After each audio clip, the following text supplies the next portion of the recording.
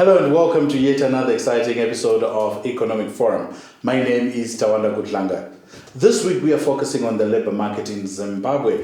Given the negative impact of COVID-19, we are yet to understand the dynamics that have come through, not only negative but also positive. And we have invited a labor law expert to the program in the form of Mr. COSAM GOHORI. Sir, thank you so much and welcome to the program. Thank you, Tawanda. First and foremost, COVID-19 had a negative impact to the labor market globally. But some say this was the mark of a new era when it comes to human resources. Tell us more. You'll find that at the onset of the coronavirus, most companies closed, some of them temporarily, some of them it would turn out to be permanently, because they were no longer able to work as usual.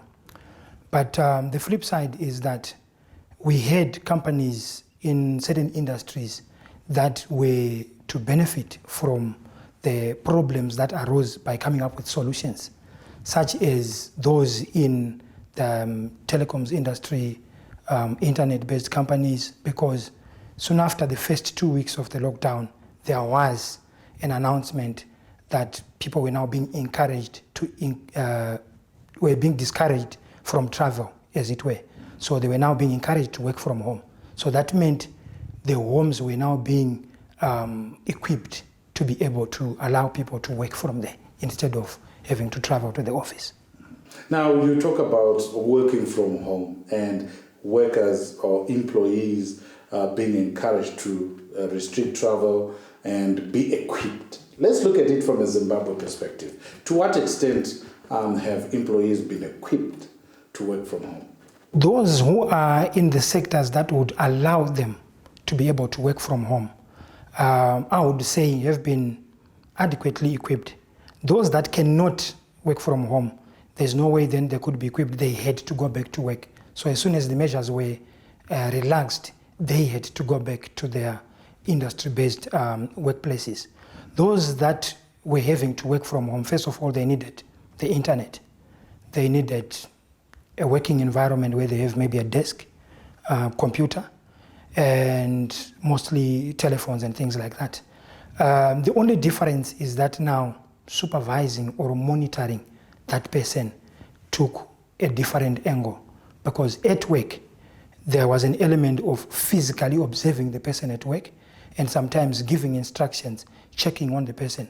Now, at home, the end product is what you now have to concentrate on, because you can't really control what they do, and you cannot move from home to home if you are employing 300 people that are working from home. Now, that's a very interesting dynamic, given the fact that obviously productivity is always what's important from an employee. Your assessment, really, when we look at the local scope, have our workers been up to speed in this new normal? So the employees needed to embrace a paradigm shift whereby they realize that whether they're working from home or they're working from the office, they are still employed, and they need to produce that which they promised when they were looking for a job, because the relationship from the employer to the employee is that of organizational maintenance versus productivity.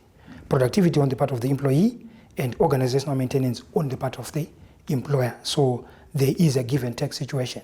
So the employees, or those that were now working from home, needed to realign themselves with the new environment, which also meant having to deal with the people that they stay with at home, because you want to work, but you are the father, you are at home, and they expect your attention. The children can anytime run into the room and say, I did this and that.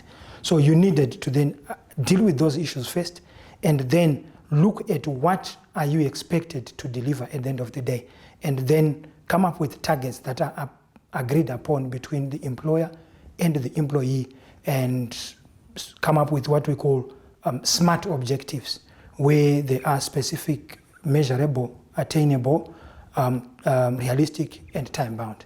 The interesting aspect that many have raised is that there has been that proof that there's no need for anyone to now, board a plane to attend a conference, which really means cost containment. But in your view, when we look at international best practice, to what extent have some of these restrictions had to, in terms of productivity in the workplace?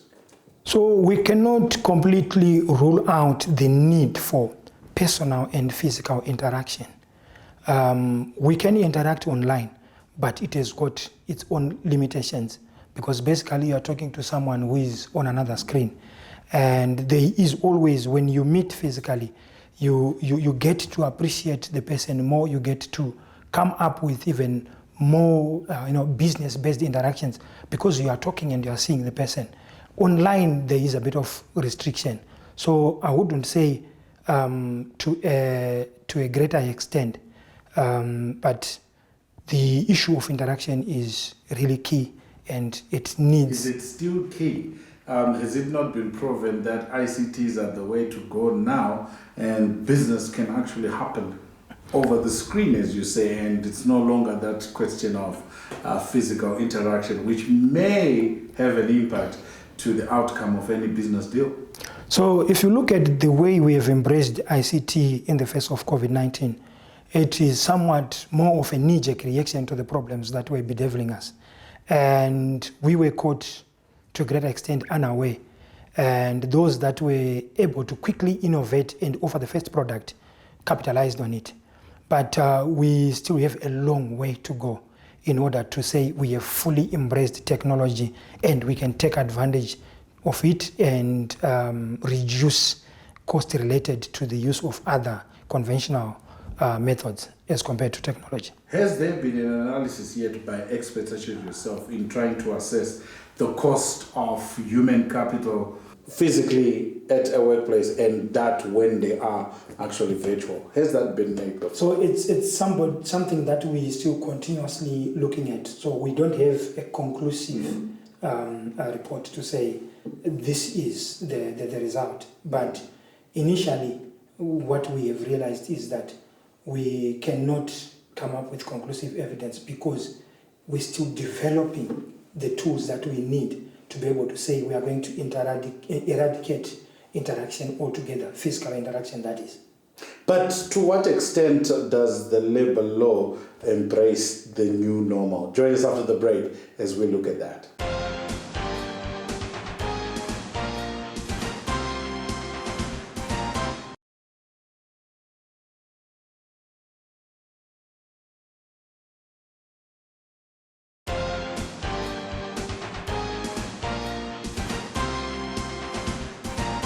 Welcome back.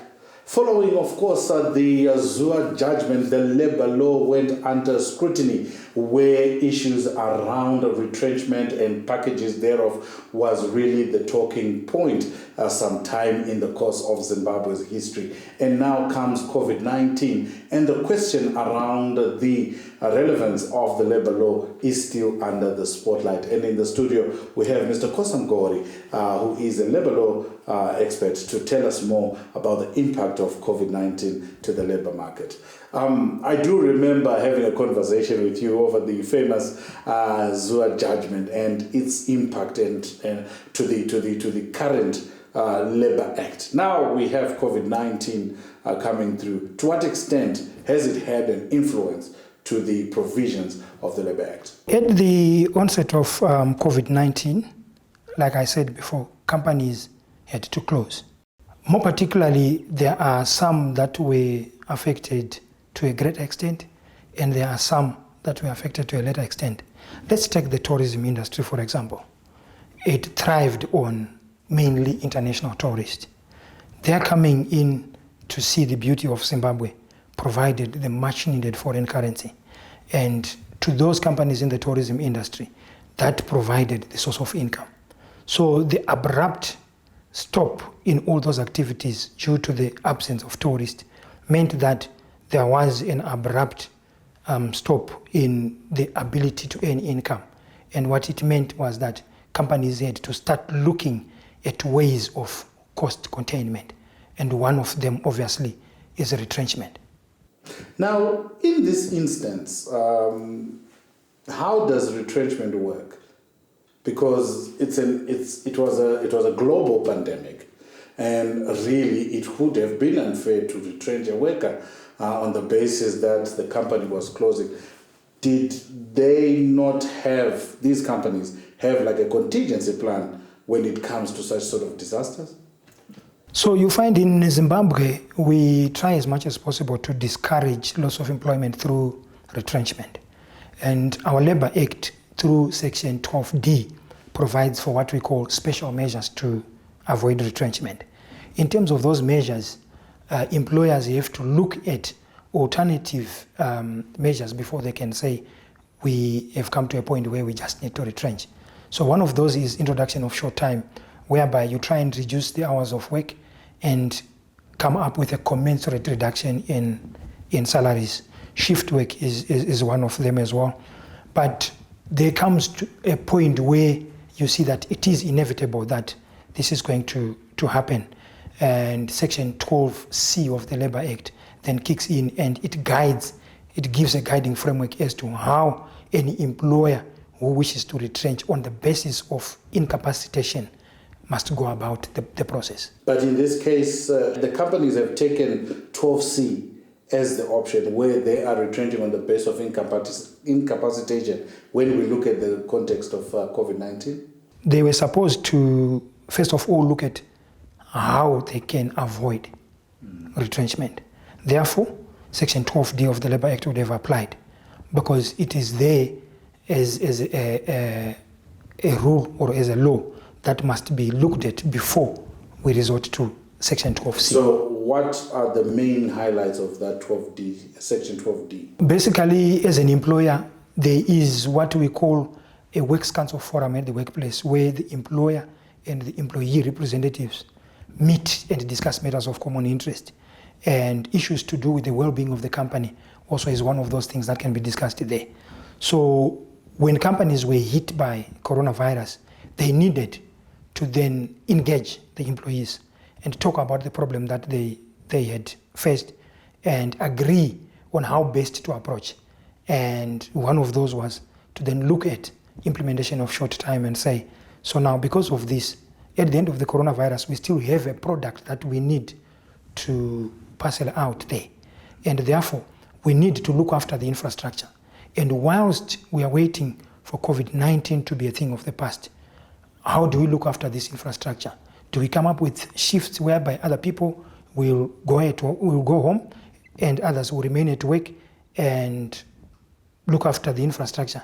And they earn, obviously, a reduced salary, which in terms of Section 12D should not go beyond 50% of your basic salary.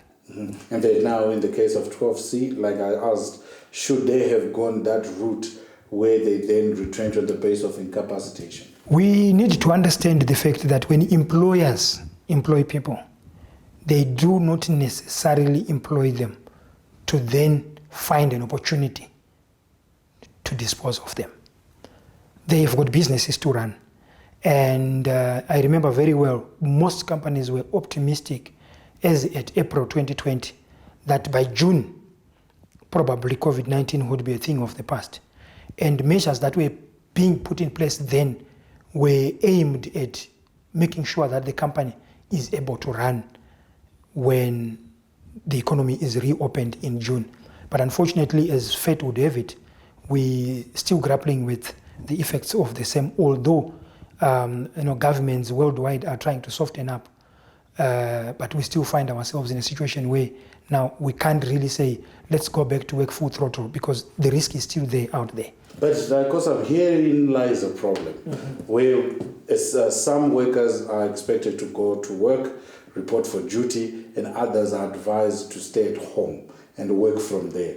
But you find that the conditions are more or less the same, whilst there is the belief that those that are at home are actually, spending more time at home whilst the others are working, and they're the ones that are carrying the burden of the company at the expense of those that are at home, because they do not get affected when it comes to remuneration.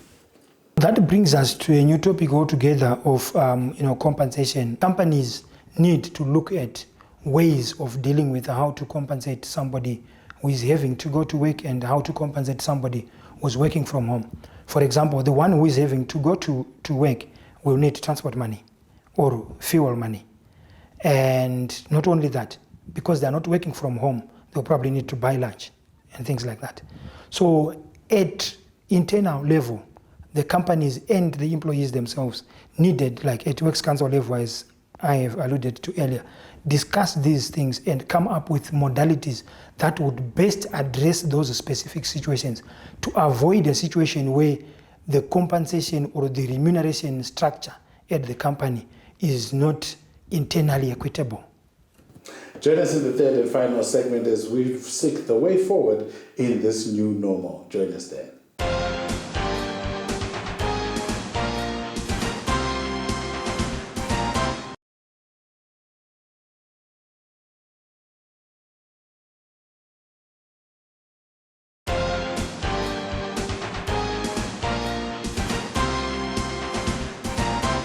Welcome back. This is the third and final segment of the program where we are focusing on COVID-19 and its impact to the labor market in Zimbabwe. We have Mr. COSAM GOHORI, a labor law expert, to unpack some of the key issues being raised. Now, let's talk about the way forward. There are some who have taken advantage of the COVID-19 pandemic, and there's now the real understanding of the global village. Now some call it globalization, where there is now seamless integration with the world. And some even claim that they now have had more opportunities on the labor market in the entire global village. What have been some of the milestones in the labor market? The first and biggest one would be the investment in technology, which I believe is still ongoing, with still a long way to go. But this woke us from deep slumber, and we had to quickly do something as an economy, as a country, or as companies at shop floor level. The investment in technology has been, even the embracing of technology. Now people had to realize that they don't have a choice but to embrace technology and to have to learn to work with technology day in, day out, because it was now a sink or a swim situation. And talk about internet. It used to be something for executives, I suppose, but now it is a critical aspect. But let's also talk about the opportunities of the actual global market itself in terms of human capital. Do you think now it's more equitable? People from Africa, people from Zimbabwe can now get equally jobs where they necessarily could have found it difficult to get? I wouldn't say it has opened up the space for them as it were, or it hasn't opened the space as it were, because you will find that in most cases, those that require human capital, in most cases, they want it physically on the ground. Yes, there is emphasis on having to deal with the result rather than the person who is giving the result. But there is still that challenge. The process of recruitment itself sometimes requires that the person be physically there. Yes, we can, embrace technology and somebody can be interviewed online, but you wouldn't know whether he is giving you personal answers to the questions that you are asking during the interview. Maybe they've got a big screen somewhere there where somebody is hearing the questions and typing the answers, and they just glance and give you the answer. And come the end of the interview, they do very well. But those things can be avoided if you do a face-to-face interview. Now we've seen the world is opening up to business once again. Sadly, in Europe, they seem to be going back into the lockdown mode again, which means that there is going to be a lot of cyber activity. There's going to be a lot of interface on the internet. And we look at Africa.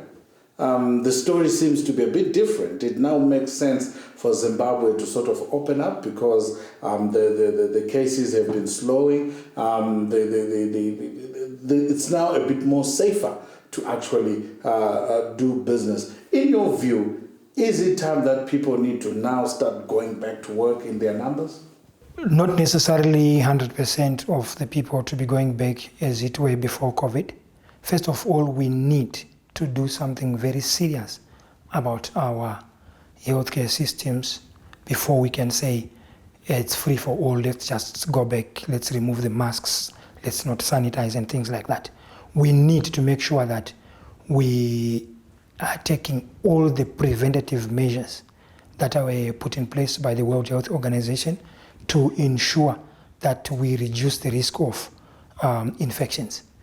Then to also ensure that we deal with the people that have been infected in terms of quarantining them, in terms of giving them the health care that they require at that crucial time, because that is very critical, and that is what enables us to be able to say, let's then not throw caution to the wind and let's just go back and do business as usual. So we still need to do social distance, we still need to sanitize, we still need to make sure that we have the health infrastructure. It is critical. Health. Health infrastructure is critical, but it is a cost center, particularly for corporates, companies that are actually doing business and that want to do business. But can we say that enough has been done in the corporate world to ensure that such measures have been taken, given the fact that it is a cost that really has become a burden? In terms of prevention, I would say enough has been done. But in terms of post-infection care and things like that, it's still work in progress. There's still a lot to be done, both at industry or company level and at national level. Have national employment councils also embraced the reality of COVID-19? In your view, have they interacted with their members to ensure that the message of COVID-19 is still, buttressed within themselves? Because the business owner or the company can play a role, can provide for everything that may be needed, health infrastructure as you call it, but it is also incumbent on the workers themselves to also play their role. And obviously the key point would be the workers' committee or even the employment councils. Have they been playing ball? To a greater extent, yes, because everybody comes to a realization that this problem is not just affecting the employer and employee only, it's affecting anyone, anyway. And to a greater extent, the survival of the employment councils depends on the sustainability of companies and their being able to remit National Employment Council levies and dues to the National Employment Council, because that is their only source of income. So to a great extent, they have been supportive in terms of information dissemination, trying to educate employers, and also the issue of trying to embrace technology and minimize having to invite stakeholders to physical meetings. Rather, they've also been trying to, embrace these virtual meetings. And lastly, COSAM, have the human resource offices been open enough to workers when it comes to issues of psychological, traumatic experiences? Some lost dear friends and colleagues as well as relatives to COVID-19. Has the workplace been ready to embrace such kind of people and encouraging them to move forward? So that differs from company to company and on how companies view the importance of the human resources department. You will find that it is perceived that it is probably the only department that does not earn or generate revenue into the organization. So more emphasis will be in production, marketing, and things like that. But we do have organizations that value the importance of human capital, and indeed have invested in that. And we actually have some companies that have in the past not had like health liaison officers. We had them scrambling to recruit and place those in employment and train them on how to deal with certain issues that are related to the effects of this pandemic. COSAM, thank you so much for finding time to come through to the program. It's my pleasure. Thank you so much. Our guest this week was Mr. COSAM GOHORI, a labor law expert, as we were focusing on the effects of COVID-19 to the labor market in Zimbabwe and beyond our borders. This has been Economic Forum. On behalf of the crew behind the scenes, my name is Tawanda Gutlanga. It is a pleasant viewing.